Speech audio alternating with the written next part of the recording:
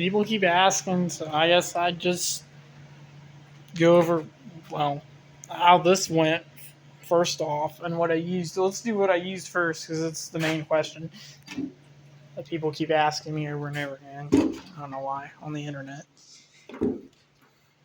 First off, let's start with primer.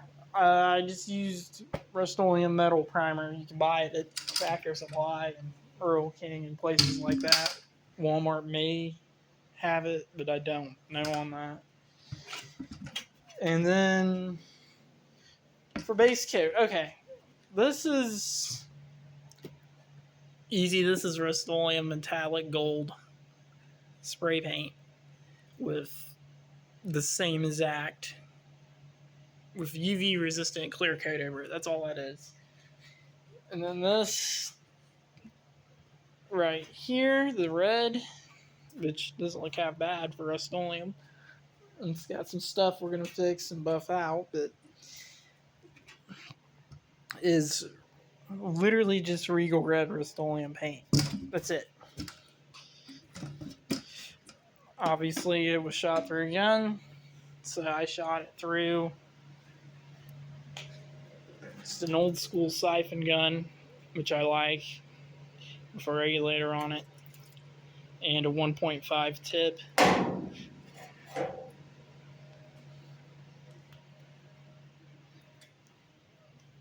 And then obviously you gotta reduce that down because it's, well, for me anyways, this with the hardener in it is too thick to flow through that gun. So to reduce it, I just used this here acetone. You maybe can read that, probably can't, because I got paint all over it. And the hardener, we're gonna do with that. It's a bottle hardener about somewhere. Obviously your measurement cups, you need those. Where's the damn hardener? Hang on, give me a minute. And I used this here hardener here. Just a catalyst hardener, you know. There's the number right there, and it's the whole number. It's not, this blob isn't covering anything. There's the barcode in the back that you can't read because I got covered in paint. Alright. That out of the way. The beginning of the part of the is what I used. And then obviously all your sandpapers and crap. We all know you need that to paint crap. Now I'm going to show you every little flaw. Not to be like down on my truck, but just things I'm going to go around and fix. So I'm going to show you the real bad spots first. So you got this right here was big, a little crappy. So I just went ahead and spot puttied it. It just was a little deeper than I would like of a spot. I didn't fix it very good before I painted it. So it wasn't super bad. It's alright to use spot putty on it. This is another spot kind of like that. It's just a little bit rough. And then this is just a bunch of little spots. It's not nearly as bad as it looks. I just smeared it all over, even where the spots aren't, because there were a lot of spots over here that were little tiny. And most of that, I know it looks bad now, 99% of that will get sanded off.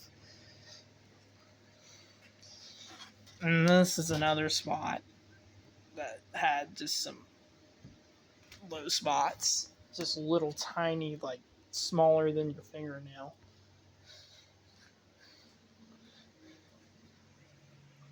So that being done, those are the main big spots. I'm going to show you the hood, which is the worst. I may just take the hood off and reshoot it and do some body work. This is all pretty nasty. So all this, I'll probably fix. It actually shows up on camera pretty good too. So you know it shows up in real life. And then you got this bad spot. It's just pretty crappy body work. I don't know why I didn't see that before in primer, but I didn't. Sometimes stuff in primer is not as noticeable as when there's paint on it. And then there's this. Which isn't nearly as bad as the other side, but you can notice it. Now keep in mind, back up to about here, you can barely see it. Back here, you can't see any of that. So from about back here, it looks like a good truck. Now there is a dull spot here. This is kind of dull, but this will buff out. I'm not worried about this because I put quite a bit of product on it. I just dulled it on accident when I was shooting it. It came out dull there, so.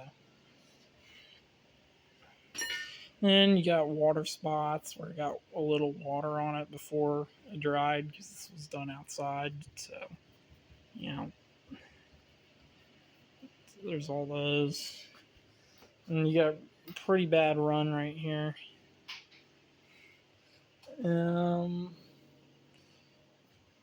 This is all stuff I'm going to fix.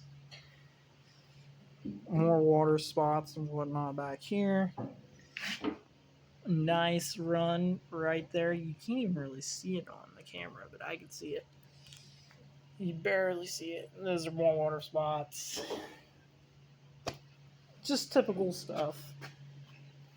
Water spots. It sat outside. I think it started to rain before some of it was dry. So, overall, not too bad. Overall, I'm happy with it. It's not a bad truck. It's a sharp looking bugger.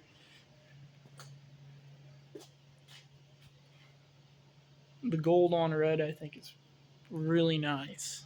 I do like it. And we got overspray. We got to clear off the glass, of course. I swear, no matter how good you mask it off, you're going to get a tiny bit on the glass. I've never been able to get it perfectly tight. And we'll just go over this real quick because people ask.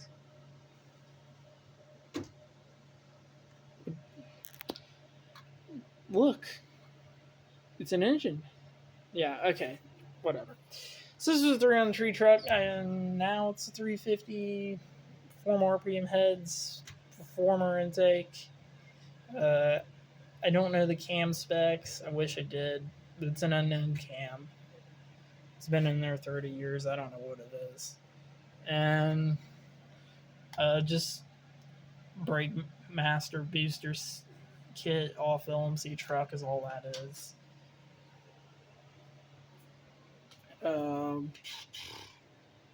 Currently it has the EFI fuel pump in it, but that's liable to change because I'm having problems with it.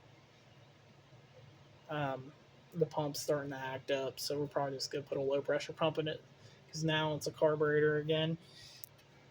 But that's a dual stage EFI, the carburetor regulator. So it's the same as normal regulator, but it's basically 2 regulators in one. This knocks down the EFI pressure, and then it goes into a carbureted regulator like you would have on any carbureted engine, or at least you should if you're a hot rodder and it's modified. And then, so this is where you control your pump pressure, and this is where you control your pressure going to your carburetor. And it's just an 800 CFM ABS2 on top of that performer intake. It's a 350. I don't remember if it's a 4-volt main or not. It doesn't really matter to me anyway. It is a late 70s, early 80s block, 1 to 2. I don't remember. I used to know exactly what it is. I think it's a 78 model cast block. And of course the old carb cheater. You gotta have that on your hot rod to keep your AFR correct. And keep an eye on your AFR when you run down the track, of course, is always a good idea. And that's one of the things I'm going to use that for. And data logging. Your AFR. And then not much to it. Long tube headers. It's got a really good exhaust note. It's just long tube headers off those former RPM heads coming back. Literally direct straight shot from the headers all the way back to this point, in which it just has a little bend to clear the ladder bar suspension here, and it goes right into the Super 44, and it goes straight bend right out the side of the truck behind the rear tire. Same thing on the other side, no crossover pipe, nothing like that. And it has a really good sound to it. Really nice, deep, rumbling noise. Great sounding muscle truck. It is a factory AC truck, which is really rare. So I do like that, but there's no compressor on it as of now.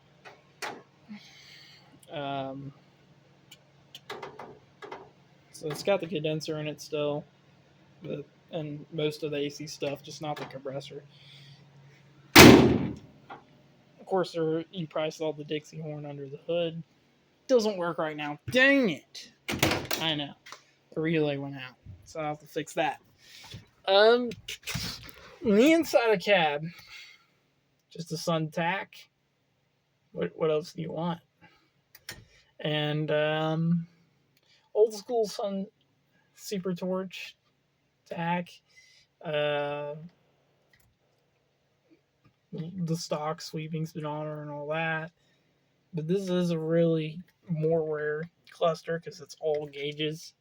No idiot lights. The only gauge it doesn't have is the tack, which is extremely rare, which is why we got our sun tack, obviously. Of course, you need your footprint gas pedal. Yeah, this was a stock 3 on the tree truck. Then it had a Muncie Force. It had a Saginaw that got blown up. Then it had a Muncie 4-speed that got stuck in gear. And now it's just a lame old 350. Turbo 350. But it's a Summit Trans. It's transmission I got off Summit. It's a street strip unit. It's got a shift kit and things like that.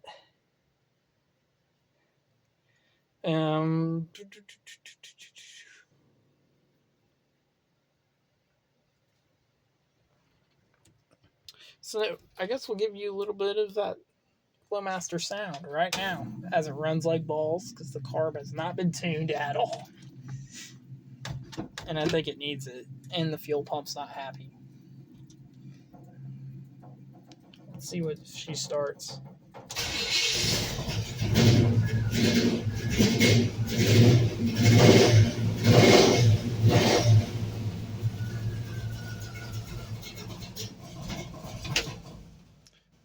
Yeah, runs like balls, but does run.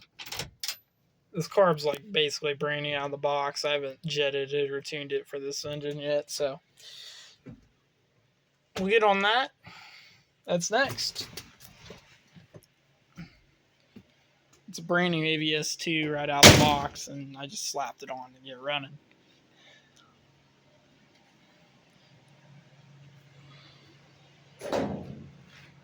That's my 64 Chevy. And the paint job was the main point of this video, but I went ahead and gave you a quick walk around. Oh, and before we wrap this up, I will say I did do the grill in flat black because it was a chrome grill and it was in really bad shape and peeling everywhere. So I sanded it down really good, wire wheeled the crap out of it, sanded it down really good, and just painted over what it was. And it came out all right. Flat black hides a lot of shit. That's what you need to remember. If you have a crappy grill or something, you can hide a lot of it with flat black and then do a cool touch, maybe like paint in the lettering with body color. And then I did some custom trim molding stuff. Stainless trim for the cab corners. Boom, check that out. Pretty nice, huh? Yep. red bow tie, custom in the same gold as the roof. I like it. So, really it. Once this paint fully cures, by the time I get back from a trip, I gotta go across the country for a little bit. I plan to buff this out and fix all those spots. And then buff it out. And then this cab is done. And I am full force on the bed. Because once the bed's done, I already have the wood. We're going to treat it and put it in. I have all the stainless steel strips. They're in there. I'm going to walk in there and show you those right now. And here are the bed supports. I'm going to walk in and show you the stainless steel strips in this video at 16 minutes. So I got all the stainless steel strips sitting in the corner here. Hopefully they get too bent. So yeah, I got everything to put this truck together. I just need time. And we're going to run into a lot of that this winter where we can sit in the garage and just put together. I'm just trying to get the paint done so we can sit in the garage and just put together this winter. Literally every single bolt for the bed is right in there. And then this is just some stuff for under the hood right here. And I got a lot of little under the hood clips and stuff I got to put on because I did paint on the hood. I did decide the bottom of the hood, I did brush on the paint, and that's just purely because you get a lot thicker and it generally lasts a lot longer the thicker your paint is. So I kind of rolled it on and brushed it on the bottom of the hood. Seems to always last better to me when it's an area like under the hood that's in an extreme environment with a lot of heat and debris and whatnot. Alright, I think I've showed you enough crap, but I've been hard at work on the truck. I haven't been doing nothing. It's just, I haven't recorded jack shit because I've just been enjoying working on the thing.